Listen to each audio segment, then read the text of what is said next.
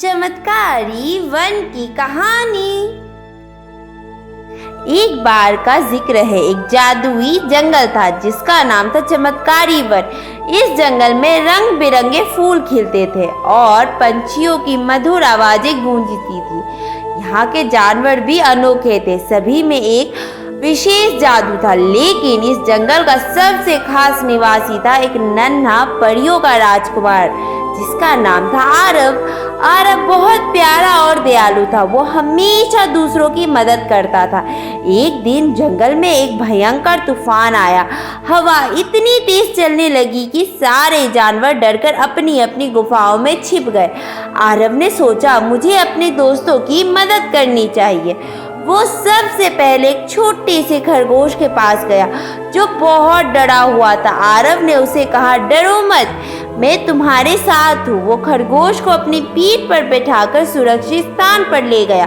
फिर उसने एक बीमार कछुए की मदद की जो अपनी गति से आगे नहीं बढ़ पा रहा था। आरव ने उसे भी बचाया और उसे सुरक्षित स्थान पर पहुंचाया।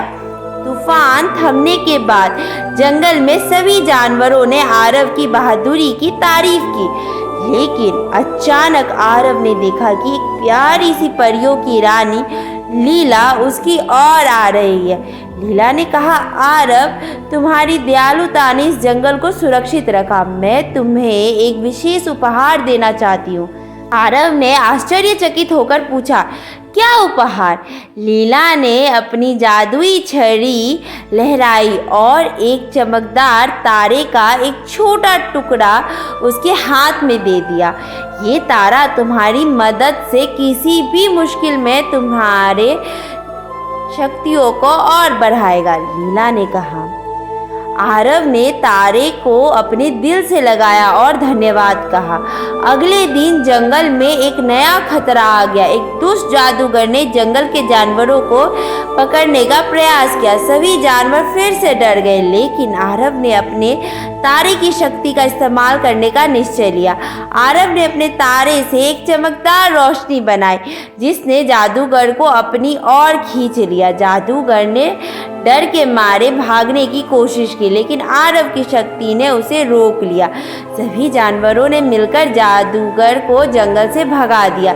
इस प्रकार आरव ने न केवल अपने दोस्तों की रक्षा की बल्कि जंगल को भी सुरक्षित रखा। सभी जानवर ने उसे अपनी जंगल का सच्चा नायक मान लिया।